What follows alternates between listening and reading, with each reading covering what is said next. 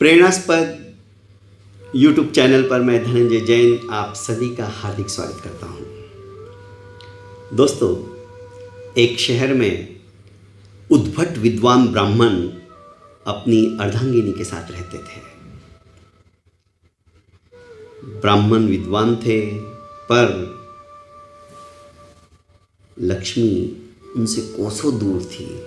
कहते हैं ना, जहाँ पर सरस्वती होती है वहाँ लक्ष्मी नहीं है, और जहाँ लक्ष्मी होती है वहाँ सरस्वती नहीं। कोई भाग्यशाली होगा जिसके पास लक्ष्मी और सरस्वती दोनों का समन्वय होता है।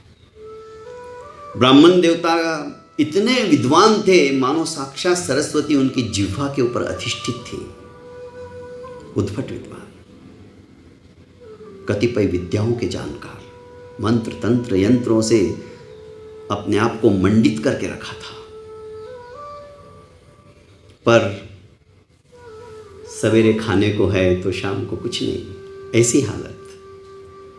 ब्राह्मणी ने कहा कि हे स्वामी, आप परदेश में जाकर कुछ कमाते क्यों नहीं, अपनी विद्याओं का वहाँ पे प्रयोग करो। शायद यह शहर परभोगी गांव है, परभोगी शहर है।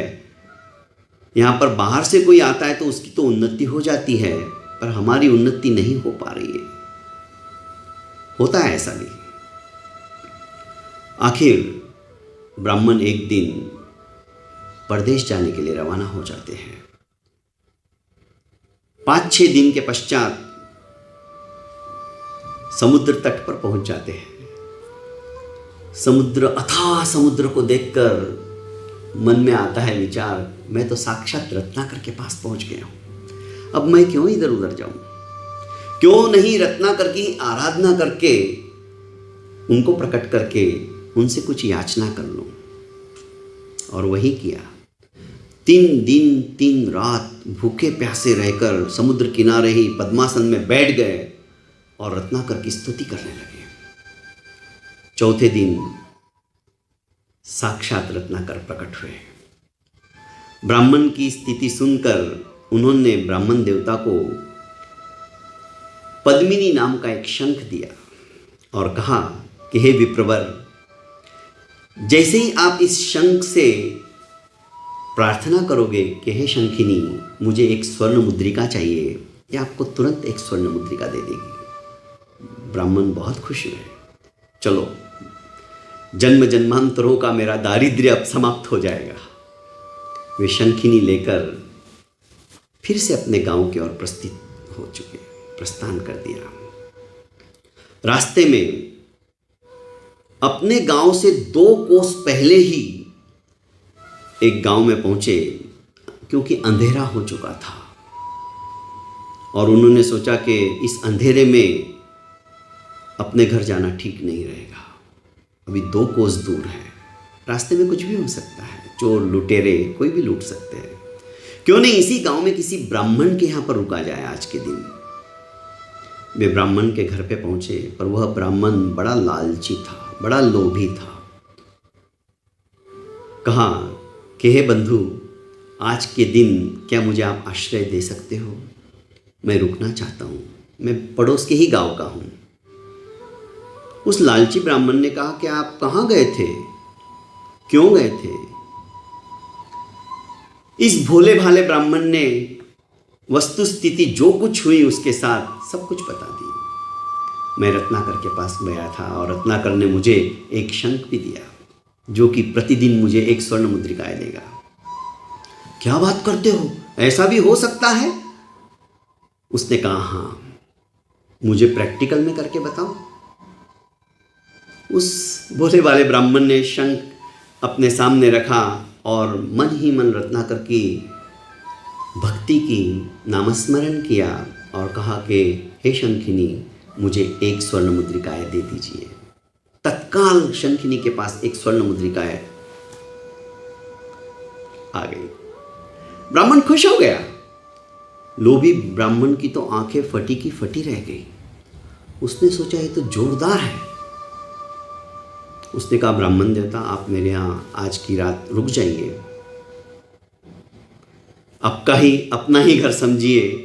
और ब्राह्मण ने उस लोभी ब्राह्मण ने गरिष्ठ भोजन बनाने को अपनी पत्नी से कहा और उसके अंदर भांग भी मिला दी, ताकि यह सरल आत्मा ब्राह्मण निश्चिंत होकर सो जाए। वैसे भी 3 दिन तक इस ब्राह्मण ने कुछ खाया पिया नहीं था, भूख लगी थी। गरिष्ठ भोजन प्राप्त कर अत्यंत तृप्त हो गए और प्रगाढ़ निद्रा के अंदर सो गए। यह लोभी ब्राह्मण इसी का इंतज़ार कर रहा था कि ब्राह्मण कब सोए और कब मैं यह शंख चुरा लूँ। उन्होंने वह शंख चुराया और उसकी जगह वैसा ही दूसरा शंख रख दिया। प्रातःकाल उठकर यह ब्राह्मण अपने गांव के लिए प्रस्थान कर दिए। अपने गांव पहुँचे, ब्राह्मणी को समस्त वस्तुस्थिति से अवगत कराया और कहा कि अब हमारा दरिद्र दूर हो गया है। ये देखो मैं कितना अच्छा शंख लाया हूँ, साक्षात सागर देवता ने मुझे दिया है। पर जैसे ही हाथ जोड़कर स्तुति की और शंखिनी से एक स्वर्ण मुद्रिका मांगी, कुछ भी नहीं मिला। ब्राह्मण को समझ में आ गया। ब्राह्मणी ने कहा कि उस ब्राह्मण ने तुमको लूट लिया है, धोखा दे दिया है, दगा दे दिया है, और तुम ऐसे हो कि उससे जाके झगड़ा करके वापस मांग भी नहीं सकते हो, क्योंकि तुम्हारी आदत मैं जानती हूं। अब क्या करोगे? ब्राह्मण ने कहा मैं फिर से रत्नाकर के पास जाऊंगा, उन्हें अपनी सारी वस्तुस्थिति से अवगत कराऊंगा और कहूंगा कि प्रभु मैं तो वैसा कि वैसा दरिद्र हूँ, मेरा तो दारिद्र्य मिटा ही नहीं। आपसे मिलने के पश्चात भी, आपका आशीर्वाद प्राप्त करने के पश्चात भी यदि मैं ऐसा कि ऐसा दरिद्र हूँ, मेरा तो कुछ नहीं पर लोगों का विश्वास उड़ जाएगा। भगवान के साक्षात्कार होने के बाद भी कोई कैसे दरिद्र रह सकता है? सागर ने कहा कि हे विप्रवर, तुम सचमुच में बहुत भोले हो। अब जैसा मैं कह रहा हूं वैसा करो। यह एक शंख लो, ये देगा कुछ नहीं पर बोलेगा बहुत कुछ। उसी घर पे रुकना, उसी ब्राह्मण के वहां पे रुकना और कहना कि इससे जितना मांगो उससे कई गुना ज़्यादा ये शंख देता है। बस इतना ही कहना है। ठीक है। रवाना हुए। उसी समय पे उस ब्राह्मण के वहाँ पे पहुँचे। ब्राह्मण ने सोचा अब क्या हुआ, क्यों आ गया है, कहीं ये मेरा शंखिनी वापस मांगने को तो नहीं आया। पर ब्राह्मण के हंसमुख चेहरे को देखकर, प्रसन्न चित्त वदन को देखकर ब्राह्मण ने कहा क्या बात है, आज बड़े खुश नजर आ रहे हो। उसने कहा इस बार सागर देवता बहुत प्रसन्न हुए हैं और उन्होंने मुझे एक सुंदर शंख दिया है जो जिंदगी भर की दारिद्र्यता मेरी समाप्त हो जाएगी। किसी राजा महाराजा से मैं कम नहीं हूं। अब क्या बात करते हो? अरे भाई, इससे 5 स्वर्ण मुद्रिकाएं मांगेंगे तो ये 500 देने के लिए भी तैयार रहती है। क्या बात है, बहुत अच्छा। आप रुकिए। इस बार भी उस ब्राह्मण देवता की आवाभगत करने के लिए गरिष्ठ भोजन बनाया गया। भोजन समाप्त कर ब्राह्मण देवता प्रगाढ़ निद्रा में सो गए। निश्चिंत थे, सागर देवता के ऊपर विश्वास था। आखिर जैसे ही ब्राह्मण सोए, इन्होंने, लोभी लालची ब्राह्मण ने वो शंख निकाला और वो पहले वाली शंखिनी जो थी, 1 स्वर्ण मुद्रिकाएं देने वाली, उसे वहां पर रख दिया। प्रातःकाल ये ब्राह्मण देवता उठते हैं, नित्य कर्मों से निवृत्त होकर फिर से अपने घर की तरफ चल पड़ते हैं। जैसे ही घर पर आए और अपनी अर्धांगिनी के सामने वह शंखिनी रखी और सागर देवता का मन ही मन स्मरण कर उन्होंने कहा हे शंखिनी, मुझे 1 स्वर्ण मुद्रिकाएं दे दीजिए। तत्काल 1 स्वर्ण मुद्रिकाएं शंखिनी के पास आ गई।